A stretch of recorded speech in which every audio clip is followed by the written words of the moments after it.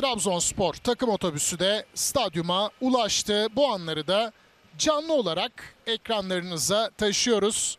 Ekiplerimiz pek çok farklı noktada çok yoğun mesai verdiler. Fatih Hoca ekranda, Başkan Ertuğrul Doğan'ın da takımı karşıladığını belirtelim. Güzel bir karşılama oldu Trabzonsporlu futbolcular için de. Bordo Mavili ekip adına da tıpkı Göztepe gibi fazlasıyla heyecan verici bir 90 dakika olacak.